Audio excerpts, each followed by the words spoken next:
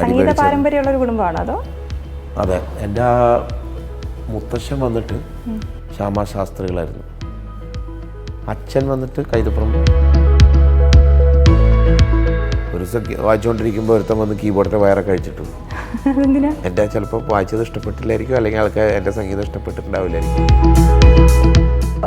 ഇനി എന്താണ് പുതിയ പ്രോജക്ട്സ്, എന്താണ് പുതിയ പ്ലാൻസ്? ഈ വർഷം എനിക്ക് തമാശ തമാശ പറയണ്ട. അല്ല, ഇത് കഴിഞ്ഞ് നേരെ ബുഹാരി പോകണം. അങ്ങനെ ഏറ്റവും അധികം ചീത്ത വിളി കേട്ടാ ഞാൻ. അതിനെ കുറേ പേര് വിമർശിച്ചിട്ടുണ്ട്. ഇപ്പം എന്തായി? ഇപ്പം എല്ലാ പാട്ടും അങ്ങനെയായി. മാർപ്പാപ്പയുടെ മുമ്പിൽ പെർഫോം ചെയ്ത ആ ഒരു എക്സ്പീരിയൻസ് അതെങ്ങനെയായിരുന്നു? ആക്ച്വലി മാർപ്പാപ്പയുടെ മുമ്പിൽ പെർഫോം ചെയ്യാന്ന് പറഞ്ഞാൽ മാർപ്പാപ്പ നമ്മുടെ മുമ്പിൽ ഒന്നും ഇരിക്കില്ല. ഓവർകം ചെയ്തത് വിഷമിച്ചെന്നെ ഓവർകം ചെയ്തു. ചിലപ്പോൾ ആലോചിക്കുമ്പോൾ വിഷമമാണ്. പിന്നെ ആൾക്കാർ ഇപ്പോഴും ചില കമൻ്റൊക്കെ ഇടും. അതൊക്കെ എന്നെ ശരിക്കും വേദനിപ്പിക്കും.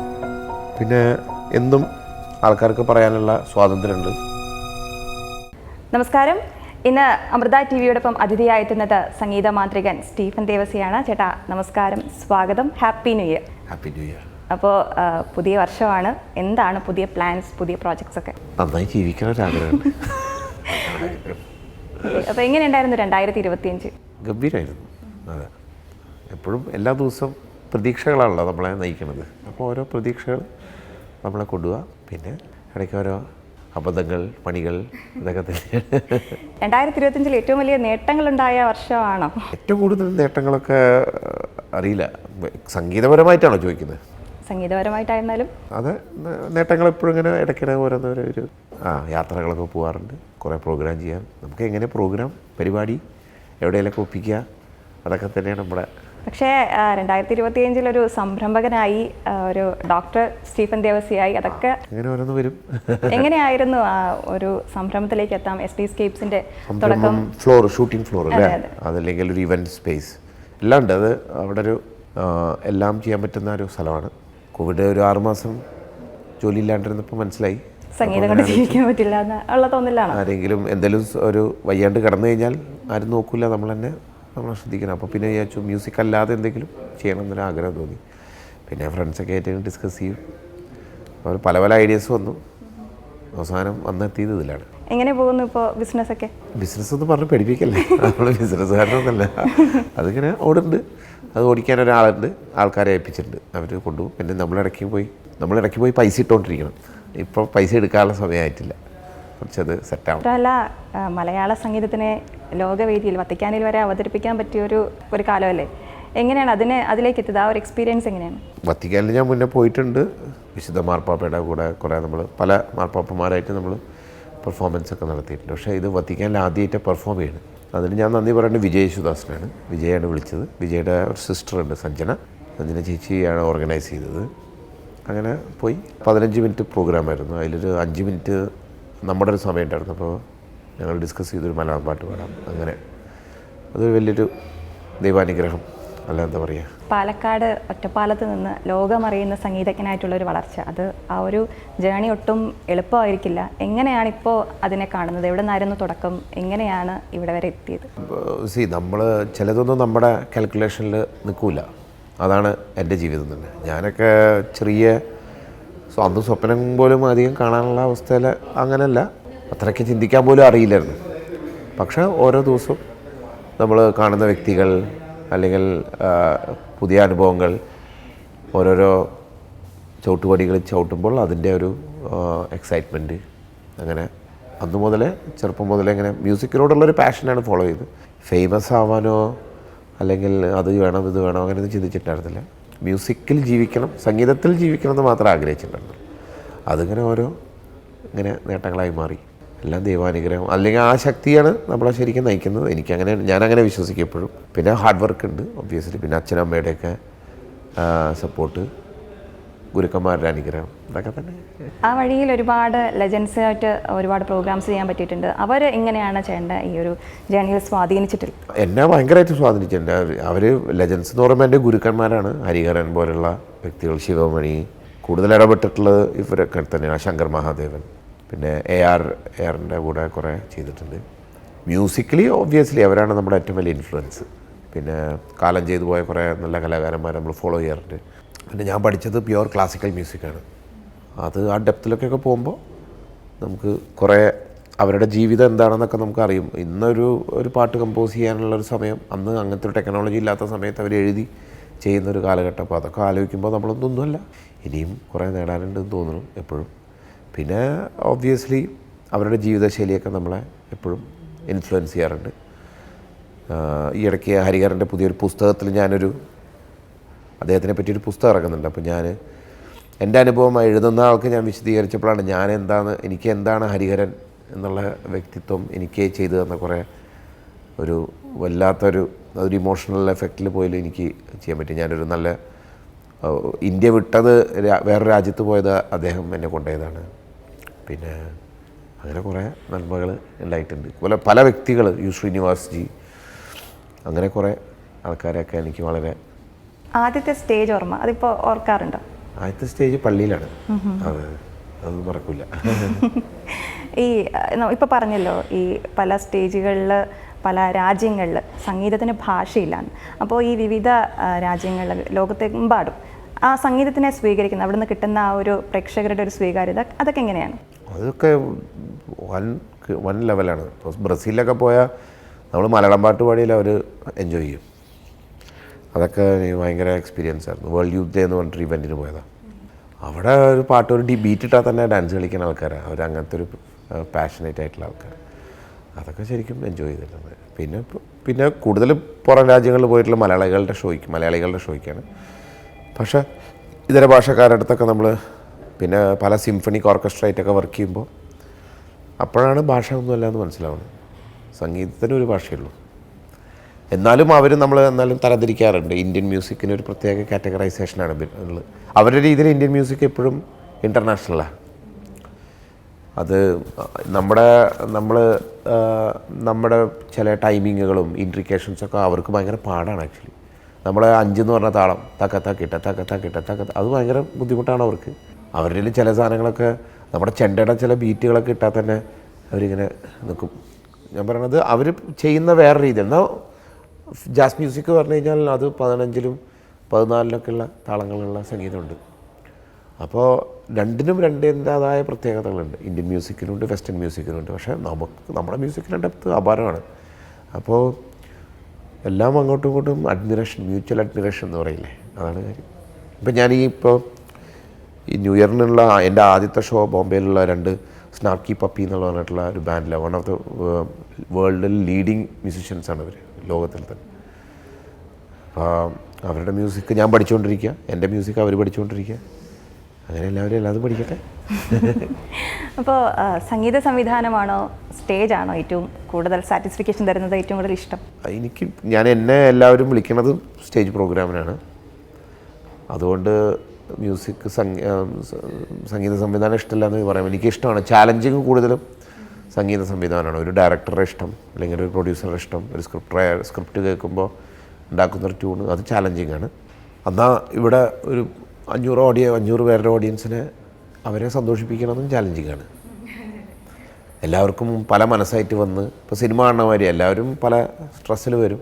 സിനിമ കാണുമ്പോൾ എല്ലാവരും ഒരുമിച്ചിരിക്കും. ഇതുപോലെ തന്നെ എല്ലാവരും ഒരുമിച്ച് അവരെ സന്തോഷിപ്പിക്കുക എന്നുള്ളതാണല്ലോ ഒരു എൻ്റർടൈനർ എന്നുള്ള.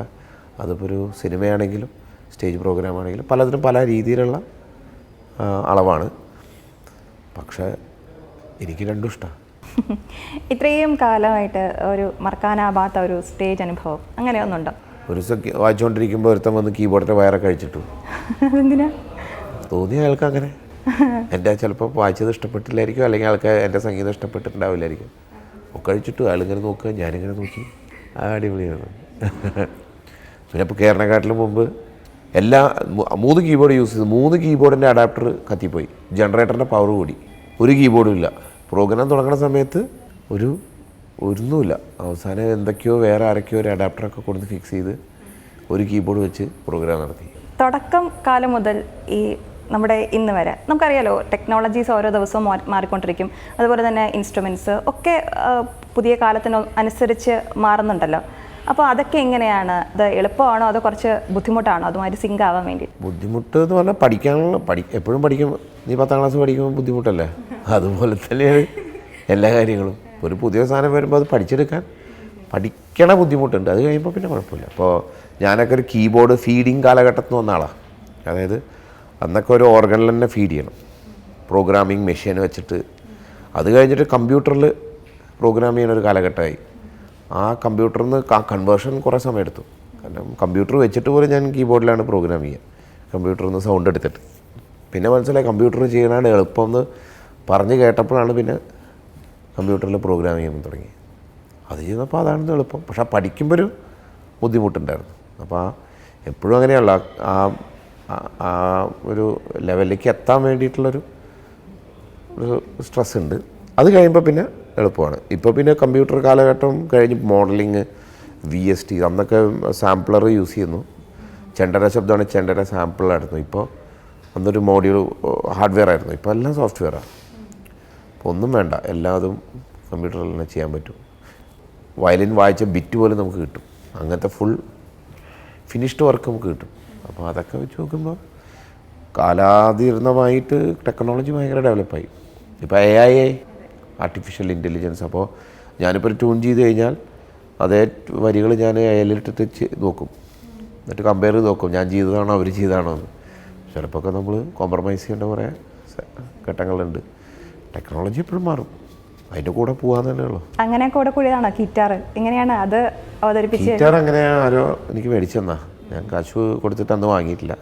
ഒരുപക്ഷെ ഈ നമ്മുടെ ഈ ആധുനിക തലമുറയൊക്കെ ഗിറ്റാർ കണ്ടു തുടങ്ങിയ ചിലപ്പോൾ ചേട്ടൻ്റെ ഒരു പ്രോഗ്രാംസിൻ്റെ കൂടെയൊക്കെ ആയിരിക്കും. പക്ഷേ എനിക്ക് മുന്നേ ഇഷ്ടംമാതിരി ആൾക്കാർ AR റഹ്മാനൊക്കെ ആദ്യം യൂസ് ചെയ്തിട്ടുണ്ട്. അതെങ്ങനെയായിരുന്നു അതിലേക്ക് എത്താമെന്ന്? അത് എത്തിയതൊരു ഭയങ്കരമായ ഒരു എത്തലായിരുന്നു.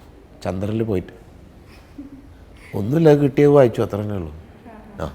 ഉപയോഗിച്ച് തുടങ്ങിയപ്പോൾ എങ്ങനെയായിരുന്നു അതിൻ്റെ ഒരു ഉപയോഗമൊക്കെ? അറിയാമായിരുന്നു അത് ആദ്യം കുറച്ച് ബുദ്ധിമുട്ടായിരുന്നു, ഇപ്പോഴും ബുദ്ധിമുട്ട് തന്നെയാണ്. പക്ഷേ വായിച്ച് നമ്മൾ പ്രാക്ടീസ് ചെയ്ത് അങ്ങോട്ട് എടുക്കുക. ഭയങ്കര ഒരു സ്വീകാര്യത കിട്ടുന്നുണ്ടല്ലേ അതിന്?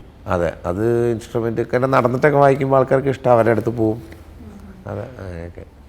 അപ്പോൾ എങ്ങനെയാണ് ഫാമിലിയുടെ സപ്പോർട്ടൊക്കെ? ഫാമിലി ഇപ്പോൾ സപ്പോർട്ട് ചെയ്തില്ല എന്ന് പറഞ്ഞാലും പറഞ്ഞിട്ട് കാര്യമൊന്നുമില്ല, ഞാൻ പോവും എൻ്റെ കാര്യത്തിൽ. പക്ഷെ അവർ എന്തോ പ്രായത്തിന് അവർ അന്ന് പോലെ എന്നെ സപ്പോർട്ട് ചെയ്തു. അത് അച്ഛൻ്റെ സപ്പോർട്ടാണ്, എൻ്റെ ഡാഡിയുടെ സപ്പോർട്ടാണ് ഏറ്റവും വലിയ. അതുകൊണ്ടാണ് എനിക്ക് എന്തെങ്കിലുമൊക്കെ ആവാൻ പറ്റിയത്. സംഗീത പാരമ്പര്യമുള്ളൊരു കുടുംബമാണോ അതോ? അതെ, എൻ്റെ ആ മുത്തശ്ശൻ വന്നിട്ട് ശ്യാമാശാസ്ത്രികളായിരുന്നു. അച്ഛൻ വന്നിട്ട് കൈതപ്പുറം, അറിയില്ലേ? ഒന്നുമില്ല, വീട്ടിൽ പള്ളിയിൽ പാടുന്നല്ലാതെ വേറെ സംഭവങ്ങളൊന്നുമില്ല. പിന്നെ പാട്ടിനോട് ഇഷ്ടമുള്ളതുകൊണ്ട് അങ്ങനെ വന്നതാണ്. അപ്പോൾ സംഗീത സംവിധാനത്തിലേക്ക് എത്തുന്നത് തന്നെ ലാലേട്ടൻ്റെ സിനിമയിലൂടെയാണ്. അപ്പോൾ ലാലേട്ടൻ്റെ സിനിമയിലൂടെ വരാൻ പറ്റി, ലാലേട്ടനുമായിട്ടുള്ള ആ ഒരു ബന്ധം? അത് ഞാൻ നന്ദി പറയേണ്ടത് ജോണി സാഗരിക എന്ന് പറഞ്ഞ ജോണി സാർക്കാണ്. അദ്ദേഹത്തിൻ്റെ ഒരു ആൽബത്തിൽ ഞങ്ങളുടെ ഒരു കുറച്ച് പാട്ടുകൾ അദ്ദേഹം പ്രൊഡ്യൂസ് ചെയ്തിരുന്നു. അതിനനുസരിച്ചിട്ട് അദ്ദേഹം ഒരു സിനിമ അങ്ങനെ തന്നു. അന്ന് നമ്മളത്രയും നമ്മൾ പ്രോഗ്രാമറായിട്ട് ജീവിക്കാൻ ഇങ്ങനെ ജീവിച്ചുകൊണ്ടിരിക്കുക, അതാണ് എൻ്റെ തൊഴിൽ. അപ്പോൾ ഈ സിനിമ വന്നപ്പോൾ നമ്മൾ രണ്ട് കൈ നീട്ടി സ്വീകരിച്ചു. അതിലൊരു പാട്ട് അത്യാവശ്യം എല്ലാവർക്കും ഇഷ്ടമായിരുന്നു. പിന്നെ സിനിമ പിന്നെ വളരെ വിജയകരമായി പൊട്ടിയതുകൊണ്ട് അത്, പക്ഷെ പാട്ട് എല്ലാവർക്കും ഇഷ്ടമായി. അങ്ങനെ ലാലേട്ടനായിട്ടൊരു കൂടിക്കാഴ്ച ചെയ്യാൻ പറ്റി. പിന്നെ ഒരു നല്ലൊരു ബന്ധം വളർന്നു. പിന്നെ ലാലേട്ടന് പൊതുവേ കലാകാരന്മാരെ ഇഷ്ടമാണ്. അപ്പോൾ അതുകൊണ്ട് അതൊരു പ്ലസ് പോയിൻ്റായി. അപ്പോൾ സോഷ്യൽ മീഡിയയിലൊക്കെ സജീവമാണോ? വളരെ സജീവമല്ല. ശരിക്കും കലാകാരന്മാർക്കൊക്കെ ഒരു വലിയ ഓപ്പർച്യൂണിറ്റി ഇന്ന് തരുന്നതാണ്. അപ്പോൾ ഇന്നാണ് വന്നിരുന്നതെങ്കിൽ കുറച്ചുകൂടെ സോഷ്യൽ മീഡിയയിൽ കൂടെ കുറച്ചുകൂടെ അത് എനിക്ക് കുറച്ചുകൂടി പ്ലസ് പോയിൻ്റ് ആയേനെ. പക്ഷേ ഞാനിടയ്ക്ക് ചെക്ക് ചെയ്യും, അല്ലെങ്കിൽ പിന്നെ ചെക്ക് ചെയ്യാൻ വേണ്ടി ഒരാളെ ഏൽപ്പിച്ചിട്ടുണ്ട്. അവർ എന്തെങ്കിലുമൊക്കെ പോസ്റ്റ് ചെയ്തോളും. ഇനി ഒന്നുകൂടി കൂട്ടിയെടുക്കണമെന്നുണ്ട്. പിന്നെ ഇപ്പോഴത്തെ കാലത്ത് സത്യം പറഞ്ഞാൽ നമ്മുടെ പ്ലാറ്റ്ഫോം അതാണ്. എല്ലാവർക്കും ഒരു മാധ്യമം, എല്ലാവർക്കും അവരുടേതായ ഒരു ചാനലൊക്കെ, അതൊരു ഭയങ്കര കാര്യമല്ലേ. വേറൊരു ലെവലിലേക്ക് ഒരു റെവല്യൂഷനാണ് ആയിപ്പോയത്. ലോകം മുഴുവൻ ഒരു മൊബൈൽ ഫോണിൽ നമുക്ക് കാണാം. നമ്മളെ എത്ര പെട്ടെന്ന്, ഇപ്പൊന്നും ഫേമസ് എന്നല്ല അതിൻ്റെ പേര്, വൈറലാണ്. അപ്പോൾ അതുകൊണ്ട് കാലം പോകണം, വൈറലാവണം ആവട്ടെ. ഇനിയൊരു 50 വർഷം കഴിഞ്ഞാൽ ചിലപ്പോൾ ഇതിനും മേലെ ആയിരിക്കും ഇതൊക്കെ പോണ് അല്ലേ. ഇൻ്റർനെറ്റിനൊക്കെ വേറെ ലെവലിലേക്കൊക്കെ വരും. നമ്മൾ ആഗ്രഹിച്ചതൊക്കെ നമ്മുടെ ചിലപ്പോൾ സ്ക്രീനായിട്ട് കണ്ണു മുമ്പിൽ വരാനുള്ള രീതിയിലൊക്കെ വരുമായിരിക്കും. ഫോൺ തന്നെ ഇപ്പോൾ അറിയില്ല, സ്ക്രീൻ ഇങ്ങനെ നമ്മൾ ഇപ്പോൾ അങ്ങനെയാണല്ലോ നമ്മൾ ചിന്തിക്കുന്നത്, അങ്ങനെ നമ്മളെ കാണിക്കുന്നതാണ്. ടെക്നോളജി ചിന്തിക്കാൻ പറ്റില്ല ഇനി. അപ്പോൾ ഈ സംഗീതത്തിലേക്ക് വരാം എന്ന് തോന്നിയപ്പോൾ എന്തുകൊണ്ടാണ് ഇങ്ങനെ പിയാനോ അല്ലെങ്കിൽ കീബോർഡ് അതിലേക്ക് വരാം, അതിനോടൊരു ഇഷ്ടം തോന്നിയത് എന്തുകൊണ്ടാണ്? അതെൻ്റെ അച്ഛൻ പറഞ്ഞു കീബോർഡ് പഠിച്ചാൽ മതി, അങ്ങനെയാണ്. നമുക്കിഷ്ടം ഡ്രമ്മായിരുന്നു. ഡ്രമ്മ് പഠിക്കണം എന്ന് പറഞ്ഞിട്ടുള്ള ഇഷ്ടം കൊണ്ട് നടക്കുമായിരുന്നു. പക്ഷെ അന്ന് ഡ്രമ്മ് പഠിക്കണം എന്നുണ്ടെങ്കിൽ ദൂരെ പോകണം, തൃശ്ശൂർ പോകണം. ഒറ്റപ്പാലത്ത് അങ്ങനെ ഒരു സംഭവമില്ല. ഒറ്റപ്പാലത്ത് അവിടെ കീബോർഡും വയലിനും ഗിറ്റാറും പഠിപ്പിക്കുന്നുണ്ട്. അപ്പോൾ ചേട്ടൻ വയലിൻ പഠിക്കുന്നുണ്ട്, ചേച്ചി ഗിറ്റാർ പഠിക്കുന്നുണ്ട്. അപ്പോൾ എൻ്റെ അടുത്ത് പിന്നെ ഒരു കീബോർഡേ ഉള്ളൂ ബാക്കി. അപ്പോൾ അത് പഠിച്ചോളാൻ പറഞ്ഞു. അങ്ങനെ കീബോർഡിലേക്ക് വന്നു. അല്ലെങ്കിൽ നമുക്ക് പെർക്കഷൻ ഭയങ്കര ഇഷ്ടമുള്ള സാധനമാണ്. അപ്പോൾ ഇനി എന്താണ് പുതിയ പ്രോജക്ട്സ്, എന്താണ് പുതിയ പ്ലാൻസ്? ഈ വർഷം എനിക്ക് തമാശ വരുന്നത് തമാശ പറയണ്ട. അല്ല, ഇത് കഴിഞ്ഞ് നേരെ ബുഹാരി പോകണം. ഇനി ഇപ്പം ഈ ഒരു വർഷം ഒരു ആൽബം ഇറക്കുന്നുണ്ട്. എൻ്റെ ഒരു ഓൺ പ്രൊജക്റ്റാണ്. സംസ്കൃതമാണ് അതിൻ്റെ ഭാഷ. അപ്പോൾ ഇതൊക്കെ സത്യമാണ്. അപ്പോൾ ആ പ്രൊജക്റ്റാണ് എൻ്റെ അതൊരു ഞാൻ ചെയ്തിട്ട് കുറച്ച് വർഷമായി. പക്ഷേ എനിക്കത് കറക്റ്റായിട്ടുള്ളൊരു പ്ലാറ്റ്ഫോം കിട്ടിയിട്ടുണ്ടായിരുന്നില്ല. അപ്പോൾ അത് ആ ഒരു പ്രൊജക്റ്റിലാണ്. അപ്പോൾ അതൊരു ഇൻ്റർനാഷണൽ പ്രൊജക്റ്റാണ്. കുറേ സിംഫണിക് ഓർക്കസ്ട്ര വായിച്ചിട്ടുണ്ട്. പല രാജ്യത്തു നിന്നുള്ള കലാകാരന്മാരുണ്ട്. ആഫ്രിക്കൻ മ്യൂസിഷ്യൻസ് ഉണ്ട്, സ്പാനിഷ് ഉണ്ട്, അമേരിക്കൻ മ്യൂസിഷ്യൻ ഉണ്ട്. അപ്പോൾ അതൊരു എക്സൈറ്റ്മെൻറ്റ് ഫാക്ടറാണ് എൻ്റെ. പിന്നെ ഈ ഇടയ്ക്ക് നമ്മുടെ മലയാളം പാട്ടുകൾ കുറച്ച് ഇൻഡിപെൻഡൻറ്റ് മ്യൂസിക് ഇറക്കുന്നുണ്ട്. അപ്പോൾ അതാണ് ന്യൂ ഇയർ പ്ലാൻസ് പുതിയ. എന്തായാലും അപ്പോൾ അതൊക്കെ വലിയ സക്സസ് ആയി മാറട്ടെ. ചേട്ടൻ്റെ അടുത്ത് എപ്പോഴും എല്ലാവരും ചോദിക്കുന്ന കാര്യമാണ്, ഓൺ സ്റ്റേജിലായിരുന്നാലും ജീവിതത്തിലായിരുന്നാലും വലിയ നഷ്ടമാണ് ബാലഭാസ്കറിൻ്റെ. അപ്പോൾ അതുമായി ബന്ധപ്പെട്ടുണ്ടായ കുറേ പ്രശ്നങ്ങൾ, അതിൽ നിന്നൊക്കെ എങ്ങനെയാണ് ഓവർകം ചെയ്ത് വന്നത്? ഓവർകം ചെയ്തത് വിഷമിച്ചെന്നെ ഓവർകം ചെയ്തു. ചിലപ്പോൾ ആലോചിക്കുമ്പോൾ വിഷമമാണ്. പിന്നെ ആൾക്കാർ ഇപ്പോഴും ചില കമൻറ്റൊക്കെ ഇടും, അതൊക്കെ എന്നെ ശരിക്കും വേദനിപ്പിക്കും. പിന്നെ എന്തും ആൾക്കാർക്ക് പറയാനുള്ള സ്വാതന്ത്ര്യമുണ്ട്. പക്ഷേ ദൈവത്തിനറിയാം, ഞാനൊക്കെ അവനെ സ്നേഹിക്കുക ഏറ്റവും കൂടുതൽ ശ്രമിച്ചിട്ടുള്ളത്. പിന്നെ അവൻ്റെ മ്യൂസിക്കിനെയും ബാലുവിൻ്റെ മ്യൂസിക്കിനെയും ആ ഒരു ബന്ധത്തിനെയും ഭയങ്കരമായിട്ട് ഇപ്പോഴും സ്വീകരിച്ചൊരു വ്യക്തിയാണ്. അപ്പോൾ അതെപ്പോഴും അങ്ങനെ കാലകാലം മുഴുവൻ അങ്ങനെ തന്നെ ഇരിക്കും. ഇനി ആരും ഓർത്തില്ലെങ്കിലും സംഗീതം കൊണ്ടു നടക്കുന്ന ഞങ്ങളൊക്കെ എന്നും അദ്ദേഹത്തിന് ഓർക്കും. എന്നാലും മലയാളികൾക്ക് എല്ലാവർക്കും ഒരിക്കലും മറക്കാൻ പറ്റാത്തൊരു വ്യക്തി. ഒരുപാട് മിസ് ചെയ്യുന്നതായിരിക്കും ആ ഒരു കോമ്പോ സ്റ്റേജ് ഭയങ്കരമായിട്ട്. ഇപ്പോഴും എൻ്റെ കൂടെ വയലിനിസ്റ്റുകൾ പെർഫോം ചെയ്യാറുണ്ട്. പക്ഷെ ആ ഒരു ചാമ അത് വേറെയാണ്. ആ ഒരു ഗിവ് ആൻഡ് ടേക്ക് അത് ഭയങ്കരമായിരുന്നു. അതൊരു ഫണ്ണായിരുന്നു, രസമായിരുന്നു ഒരു കാലഘട്ടത്തിൽ. ഇപ്പോഴും ആ പഴയ പ്രോഗ്രാംസ് ഒക്കെ എടുത്ത് കാണുമ്പോൾ നമുക്ക് ആ ഒരു വിഷമം തോന്നാറുണ്ട്. എങ്ങനെയാണ് ആ സുഹൃത്തിനെ മിസ് ചെയ്യുന്നത്? സുഹൃത്ത് എന്നുള്ള ലെവലിൽ മിസ് ചെയ്യുന്നുണ്ട്. പക്ഷേ ബാലുവിൻ്റെ മ്യൂസിക് എപ്പോഴും ജീവിച്ചിരിക്കും. അത് എപ്പോഴും ഞാനാണെങ്കിലും ആരാണെങ്കിലും എപ്പോഴും അത് സെലിബ്രേറ്റ് ചെയ്യുക തന്നെ ചെയ്യും.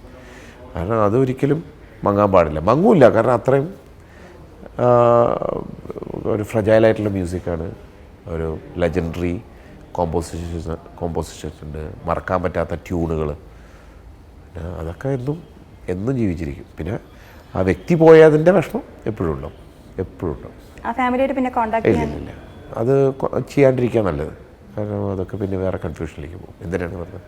അതുമായിട്ട് ബന്ധപ്പെട്ട് കുറേ പ്രശ്നങ്ങൾ നേരിടേണ്ടി വന്നിട്ടുണ്ട്. കുറേ നേരിടേണ്ടി വന്നിട്ടുണ്ട്. പക്ഷേ അതൊക്കെ അതിനെ കാണാൻ പോയി എന്നുള്ളൊരൊറ്റ എൻ്റെ കൂട്ടുകാരൊക്കെ ഉണ്ടായിരുന്നു അന്ന്.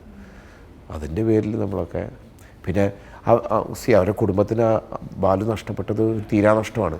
അപ്പോൾ അവർക്ക് എങ്ങനെയെങ്കിലും അതിനെന്തെങ്കിലും അങ്ങനെ ഒരു തുരുമ്പുകൾ ഉണ്ടോ എന്ന് അവർക്ക് അറിയണം. അത് ആരായാലും അങ്ങനെ ആയിരിക്കും. ഇപ്പം എൻ്റെ മകനോ അല്ലെങ്കിൽ എൻ്റെ അച്ഛനോ അങ്ങനെ സംഭവിച്ചു കഴിഞ്ഞാൽ അച്ഛനും ചിലപ്പോൾ നിസ്സഹായമായ അവസ്ഥയിൽ എന്തെങ്കിലുമൊക്കെ പറയും. അത് അവരെയും ഒരിക്കലും നമുക്ക് കുറ്റം പറയാൻ പറ്റില്ല. ഞാൻ അവിടെ പോയി അവരെ കൺസോൾ ചെയ്തിട്ടുണ്ട്. അപ്പോൾ ഇതുവരെ വലിയ വലിയ നേട്ടങ്ങളാണ് സംഗീത ജീവിതത്തിലുണ്ടായിട്ടുള്ളത്. അപ്പോൾ ഇനി അച്ചീവ് ചെയ്യണം എന്ന് ആഗ്രഹിക്കുന്ന എന്തെങ്കിലും ഹൈറ്റ്സ്, എന്തെങ്കിലും ഒരു ഡ്രീം ഉണ്ടോ? അതെ, കെത്തൽ ചിക്കൻ എന്ന് കഴിക്കണം, അതാണ് ഇന്നത്തെ ഡ്രീം.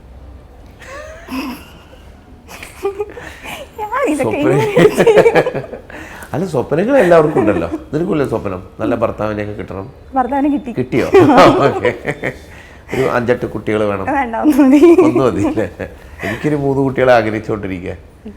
പക്ഷെ ഒരാളേ ഉള്ളൂ. അപ്പം അതൊക്കെ വലിയ ഡ്രീമാണ്. സംഗീതത്തിൽ എല്ലാ ദിവസവും നമുക്ക് ഓരോ എക്സൈറ്റ്മെൻറ്റ് വരും. അതാണ് എൻ്റെ ഏറ്റവും വലിയ ആഗ്രഹം. പിന്നെ നല്ല മ്യൂസിക് എന്ന് പറഞ്ഞൊരു സാധനം ഇല്ല ലോകത്ത്. എല്ലാതും മ്യൂസിക്, അതിനെ സ്വീകരിക്കാനുള്ളൊരു മനസ്സ്, അതൊക്കെ കുറേ ട്രെയിൻ എടുത്തിട്ടുണ്ട് ഞാൻ. എല്ലാവർക്കും തൻകുഞ്ഞ് പൊൻകുഞ്ഞാണ്. ഇപ്പോൾ ഒരു സിനിമ ഇറങ്ങുമ്പോൾ അയ്യേ ചളം എന്ന് പറയാൻ പറ്റില്ല. ആ ഡയറക്ടർ എന്തോരം കഷ്ടപ്പെട്ടിട്ടുണ്ടോ അല്ലേ, അവരെത്രയോ ദിവസത്തെ ഉറക്കളപ്പും. അപ്പോൾ അതൊക്കെ അക്സെപ്റ്റ് ചെയ്യാനുള്ളൊരു മനസ്സൊക്കെ ഞാൻ കുറേ നാളായിട്ട് അങ്ങനെ ട്രെയിൻ ചെയ്യാറുണ്ട് എന്നെ തന്നെ. പിന്നെ നല്ല പ്രോഗ്രാംസ് കിട്ടണം, ബിസി ആവണം. നമ്മൾ ബിസി ആയില്ലെങ്കിൽ നമ്മൾ കൈ വിറയ്ക്കണ അവസ്ഥയിലാണ്. കോവിഡ് സമയത്തൊക്കെ ശരിക്കും അനുഭവിച്ചു. പക്ഷേ അതുകൊണ്ട് വീട്ടിൽ പ്രാക്ടീസും പിന്നെ അങ്ങനെ ജാമിങ്ങും ഒക്കെ ആയിട്ട് ഇങ്ങനെ. പിന്നെ അന്നൊക്കെ ഓൺലൈൻ പരിപാടികളായിരുന്നല്ലോ. സൂമിൽ പ്രോഗ്രാം നടത്തി, വാട്സപ്പ് ഗ്രൂപ്പിലൊക്കെ വെറുതെ പെർഫോം ചെയ്യുക, വീഡിയോ ഒക്കെ ലൈവിന് പോവുക, ഓൺലൈൻ ഒക്കെ. അപ്പോൾ വെറുതെ ഇരിക്കാൻ ഇഷ്ടമല്ല, എന്തെങ്കിലുമൊക്കെ ഇങ്ങനെ ചിന്തിക്കും. ഇന്ന് മ്യൂസിക്കും വലിയ രീതിയിൽ മാറി വരുന്നുണ്ട്. അതിൽ ഏറ്റവും പ്രധാനപ്പെട്ടത് ഈ കവർ സോങ്സിൻ്റെയൊക്കെ വരവാണ്. ആ കവർ സോങ്സ് ചിലരും അതിന് വിമർശിക്കാറുണ്ട്. കാരണം ഈ നല്ല സോങ്സിനെ എടുത്ത് അതിനെ മോശമാക്കുന്നു എന്നുള്ള രീതിയിൽ. ചേട്ടൻ എങ്ങനെയാണ്, കവർ സോങ്സ് ഇഷ്ടമാണോ? അങ്ങനെ ഏറ്റവും അധികം ചീത്ത വിളി കേട്ടാ ഞാൻ.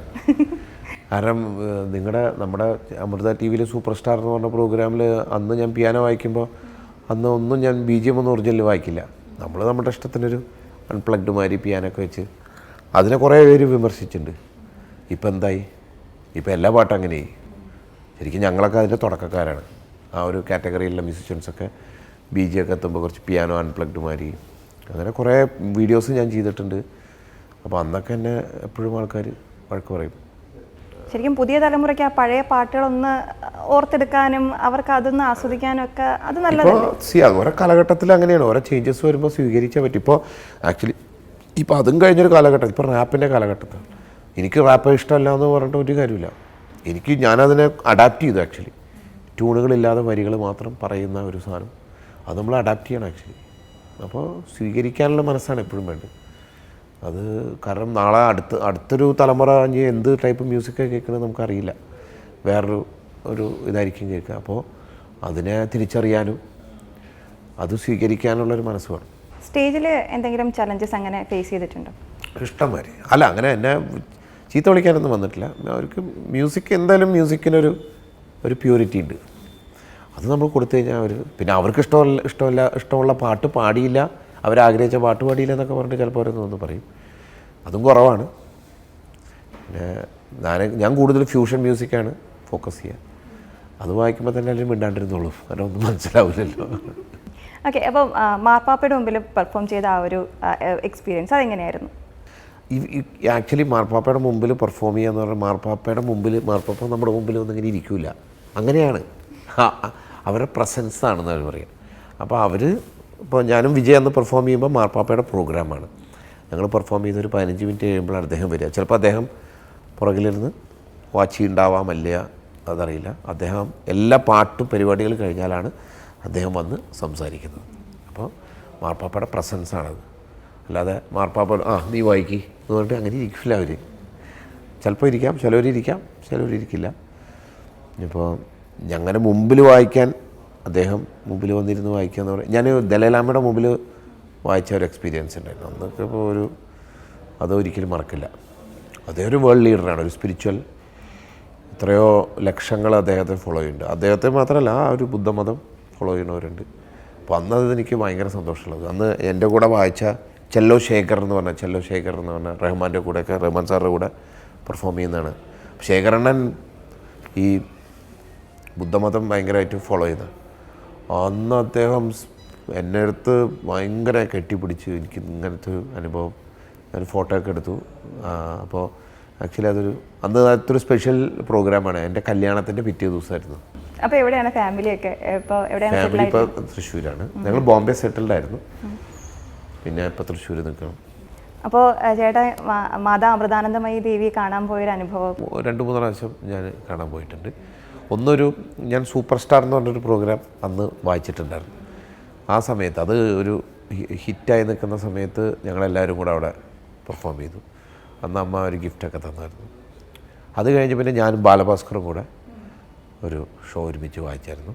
പിന്നെ ഞാൻ അമ്മയുടെ 50ാം പിറന്നാളാണ് തോന്നുന്നു, ശിവമണി ഞാനും കൂടെ 60ാം പിറന്നാൾ ശിവമണി ഞാനും കൂടെ പെർഫോം ചെയ്തു. അത് അങ്ങനെ ഒരു 3 വട്ടം. പിന്നെ ഒരു പ്രാവശ്യം ഒരു ക്രിസ്മസ് ദിനത്തിന് അന്ന് ഞാൻ ആശ്രമത്തിൽ എന്തോ ഒരു കാര്യത്തിന് വേണ്ടി വന്നപ്പോൾ ഞാൻ അന്ന് അവിടെ ഒരു ക്രിസ്മസിൻ്റെ ഒരു സ്കിറ്റൊക്കെ നടക്കും. അത് ഭയങ്കര ഒരു അനുഭവമായിരുന്നു. ഞാൻ എന്നിട്ട് അമ്മയുടെ കൂടെ കുറച്ച് നേരം ഇരുന്നു.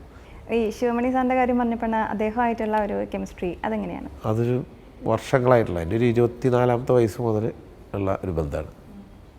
കുറേ ഷോ, ഒരു 10-500 ഷോ പോലെ ഞങ്ങൾ ചെയ്തിട്ടുണ്ട്. അദ്ദേഹത്തിൻ്റെ ഒരു പേഴ്സണൽ അടുപ്പം എനിക്കുണ്ട്. അദ്ദേഹം ഒരു വൺ ഓഫ് ദ കലയുടെ ഞാൻ എൻ്റെ ഇപ്പോഴത്തെ ഈ ഒരു ഇതിൻ്റെ ഒരു 3 ഇരട്ടിയായിരിക്കും അദ്ദേഹത്തിൻ്റെ ഒരു മ്യൂസിക്കൽ ഡെപ്തും. അന്ന് നല്ല തമാശയാണ്, രസമാണ്, ഫണ്ണായിട്ടുള്ള. ഇപ്പോൾ പിന്നെ അദ്ദേഹം കുറച്ചൊരു സ്പിരിച്വൽ മാർഗത്തിൽ കൂടെ നടന്നുകൊണ്ടിരിക്കുക. പക്ഷേ ഒരു എക്സ്ട്രാ ഓർഡിനറി കലാകാരനാണ്. ഇപ്പോൾ മകനും അച്ഛൻ്റെ പാത പിന്തുടർന്ന് സംഗീതത്തിലേക്ക് തന്നെയാണ് വരുന്നത്. അവന് പഠിക്കുന്നുണ്ട്. പിന്നെ മുകളിലൊരാൾ വിചാരിക്കണം കലാകാരനായിട്ട്. കലാകാരന് ശരിക്കും കഴിവ് എല്ലാവർക്കും ഉണ്ട്, പക്ഷേ സ്കില്ല് ഇമ്പോർട്ടൻ്റാണ്. പ്രാക്ടീസ് ചെയ്യണം. അതൊക്കെ വന്നാൽ എനിക്ക് സന്തോഷമായി. പിന്നെ അവനെന്തായാലും ഒരു കമ്പ്യൂട്ടർ എഞ്ചിനീയർ ആക്കാൻ എനിക്ക് താല്പര്യമില്ല. അതുകൊണ്ട് കലാകാരനായിട്ട് തന്നെ ഇരിക്കട്ടെ. അപ്പോൾ എന്തായാലും ഈ പുതുവത്സരത്തിൽ പുതിയ പ്രോജക്ട്സിനൊക്കെ ഒരുപാട് ആശംസകൾ നേരെയാണ്. അപ്പോൾ ചേട്ടൻ ആഗ്രഹിക്കും പോലൊക്കെ തന്നെ ഇനി കൂടുതൽ സ്റ്റേജുകൾ കിട്ടട്ടെ, കൂടുതൽ സംഗീത സംവിധാനത്തിലേക്ക് വരാൻ കഴിയട്ടെ, ഞങ്ങൾക്ക് അത് കണ്ട് ആസ്വദിക്കാൻ പറ്റട്ടെ, ഇനി നമുക്ക് കാണാൻ പറ്റട്ടെ. ഓക്കെ, നമ്മുടെ പ്രേക്ഷകർക്ക് ഒരു ന്യൂ ഇയർ വിഷ്. മലയാളികൾ മുഴുവനും കണ്ട ഒരു TV ചാനലാണ് അമൃത TV. അപ്പോൾ അതൊരിക്കലും എനിക്ക് മറക്കാൻ പറ്റില്ല. സൂപ്പർ സ്റ്റാർ എന്ന് പറഞ്ഞ പരിപാടി എന്നെയും എനിക്ക് വേണം ചാനലും എല്ലാവരും കൂടെ നമ്മൾ ഒരുമിച്ച് വന്ന ഒരു സമയമായിരുന്നു. അപ്പോൾ ഒരു വട്ടം കൂടെ ആ കുടുംബത്തിൽ വരാനും നിങ്ങളെയൊക്കെ കാണാനും കഴിഞ്ഞ സന്തോഷം. അപ്പോൾ എല്ലാവർക്കും, ഈ പ്രോഗ്രാം കാണുന്ന എല്ലാവർക്കും ശാന്തി, സമാധാനം, എല്ലാത്തിൻ്റെയും ആരോഗ്യം, എല്ലാത്തിൻ്റെയും ഒരു ന്യൂ ഇയർ വിഷ് ആശംസിക്കുന്നു. താങ്ക് യു ചേട്ടാ. Thank you.